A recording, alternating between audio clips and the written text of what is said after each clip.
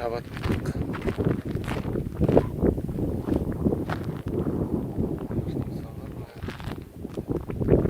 Садака беретін үйді бар екен.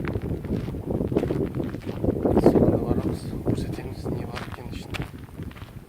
Жалпы қазақ халқы қай уақытында да өзінің ата-бабаларын құрметтеген, айнал дүниеге кетіп қалғандар.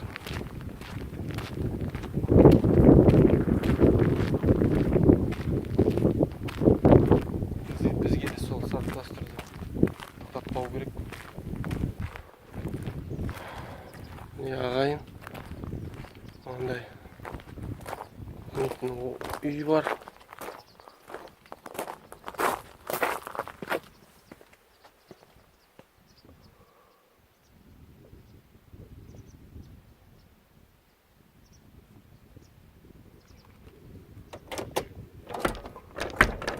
Есік жауып тұр.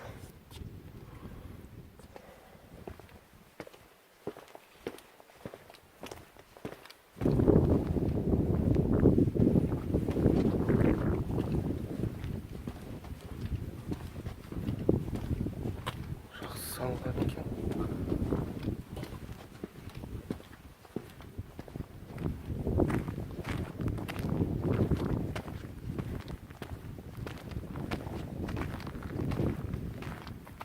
Ошақтары бар.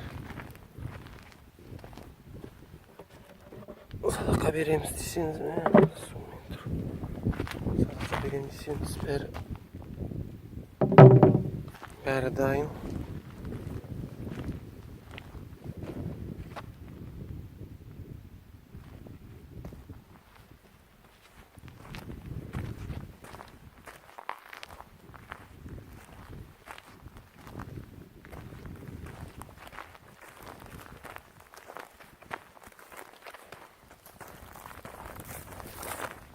Құдық бар.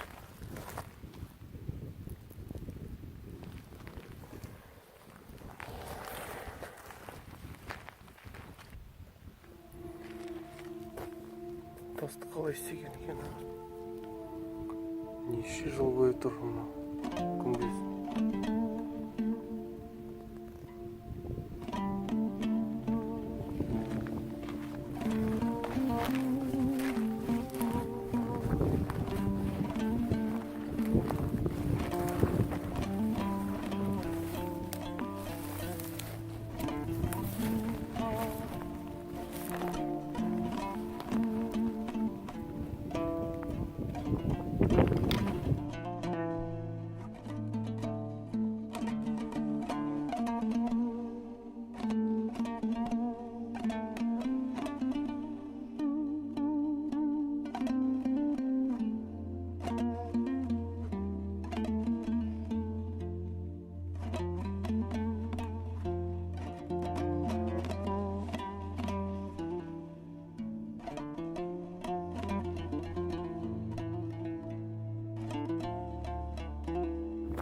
Қараңыз қандай әдемі кесене.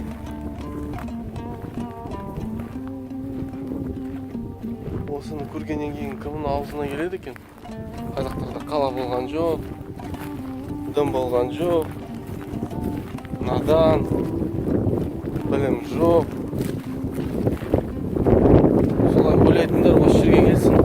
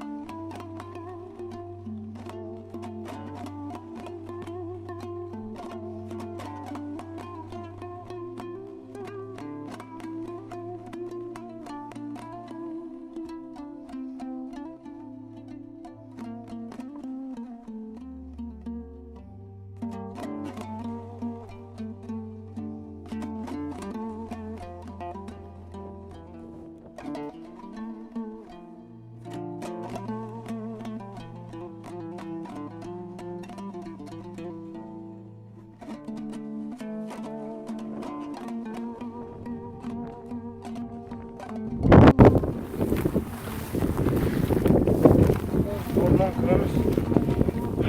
Сен өзіңнің стихиясына түстің ау деймін, а? Тарақты табындар, көбісі. Тарақты бар, шөмішті бар, ожырай бар, кете бар, тама бар. Мынау әдемі екен, Бір сағат бітірем бе? Құдай. Тарақ.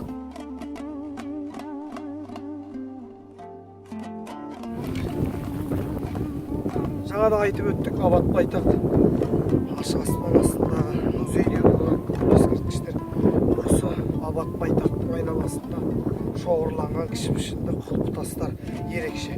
Ал енді бұл ескерткіштің қоршау аймағының қоршауы жоқ, шарбағы. Өйткені қоршамасақ, мына ірі малдар, мына бірнеше ауылдар бар екен мына Қобданың бойында. Ірі малдардың міне кезектері, құмалақтары жатыр. Сол құлпытастардың жауы ғой енді ірі малдар. Кіретті құлпытасқа қашанат, сүйкенет, үстін қасиет. Сол кезде мына құлпытастарды сындырады міне осындай. Сосын бұны қайтадан жаңартуға, жасауға өте қиын келмейді. Бұл үшін мына бір жерден дірелмен тиесіп, қолышқыға ақ ішіне сөйтіп отыруымыз керек. Ол да бәрібір көп сақталмайды. Күндердің күнінде желмен немен қайтадан құлап қалады.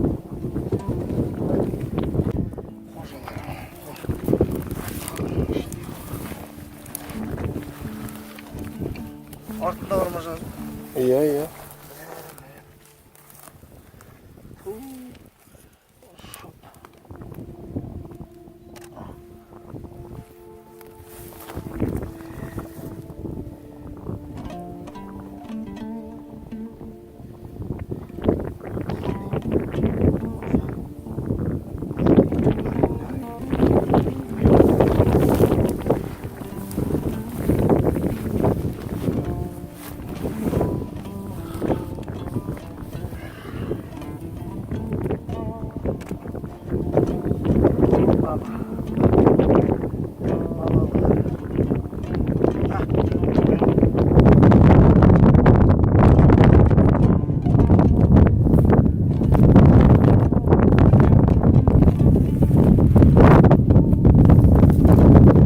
Үстінде жазу да астында өрнекті.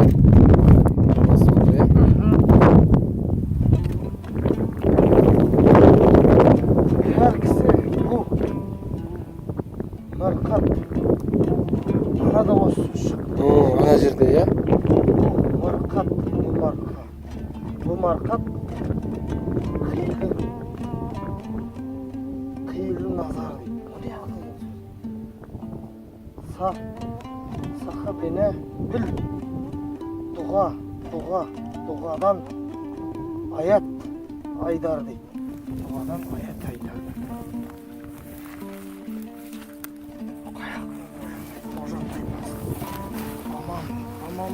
İmam деген. İmam Әл-Мумин. Қожа тайпасы İmam Әл-Мумин. Арапша отырған. Usta Delkel bir Muhammed Koca Kabuloğlu. Dar al-Kaidin Dar al-Kabahi yaran. Hacat. Aytты дейді. Etті. 68 yaşında 1884. Yazdırdı balası Muhammed Ali.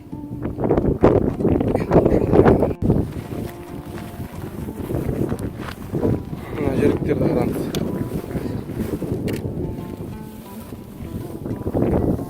Қай жылдар?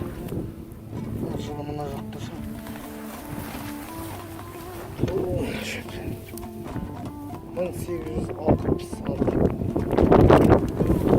Қараңыз достар, 1863 жүректер. Күн белгісі. Күн белгісі.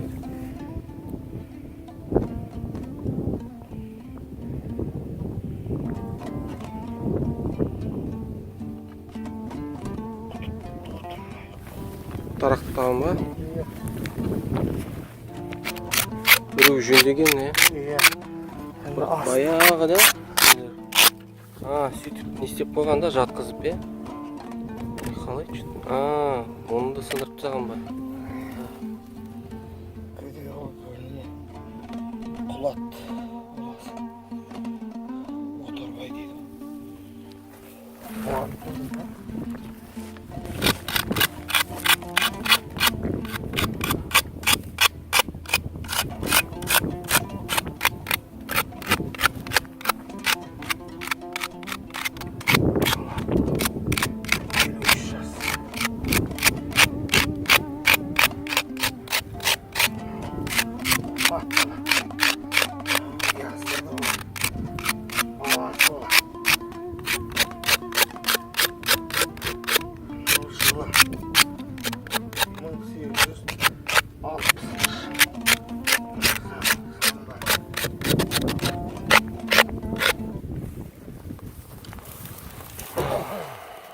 Табын кісі, бірақ белгі басқа.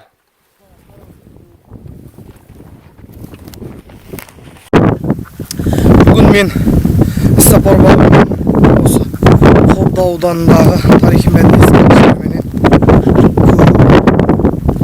салыстырмалы түрде және тәжірибе алмасу ретінде осы үлкен байтақ даламыздың ерекше ескерткіштерін көруге келгем.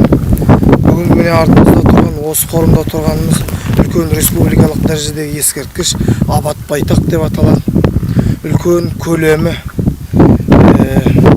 15-20 гектар жерде қамтиды. Және бұл ескерткіштердің ішіндегі ең ерекшесі мынау қызыл кірпіштен 14 ғасырда салынған күмбезтам Абат Байтақ деп аталады. Аңыздар бойынша Асан Қайғының баласы көрінеді Абат Байтақ.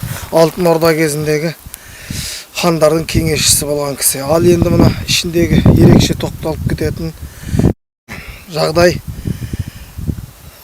Енді қазір шөп басып тұр. Биыл жаңбырдың көп болуына байланысты кейбір ескерткіштер кіші пішінді мына құлпытастар көрінбей қалып жатыр. Ерекше ішіндегі кіші пішінді ескерткіштердің ішіндегі ең ерекшесі құлпытастар. Бір-бірімен қайталанбайтын әр ұру тайпалық ескерткіштердің өзінің стильдері ерекше екен. Мысалы табындардығы құлпытастардың дөңгеленіп домалақ болып келеді, тамалардығы доғал тәрізді, қожайындардығы соғақ болып келеді, кетелердікі одан да әдемі. Ерекше контурларыменен сызып, қашалып, өте керемет ою-өрнектерменен әсемделіп жасаған. Енді бұны көретін адам, көрмеген адамдар осы ескерткіш саласында ескерткіштану мамандары болатын болса таңғалатын ескерткіштердің бірі. Өзім қазір әсер алып жатырмын. Мына бірінші рет көріп тұрмын бұндай құлпытастарды. Бұндай құлпытастар жалпы батыс аймағындағы ең ерекше қорымдардың бірі деуге болады. Ашық аспан астындағы мұражай біздің ұлы даламыздағы мәңгілік ел Қазақстанның осындай қымбат ескерткіштерімізді ағайындар көріп, біліп жүрейік, қорғап жүрейік. Бұл келешек, болашақ ұрпағымызға сақтап қалу, көрсету.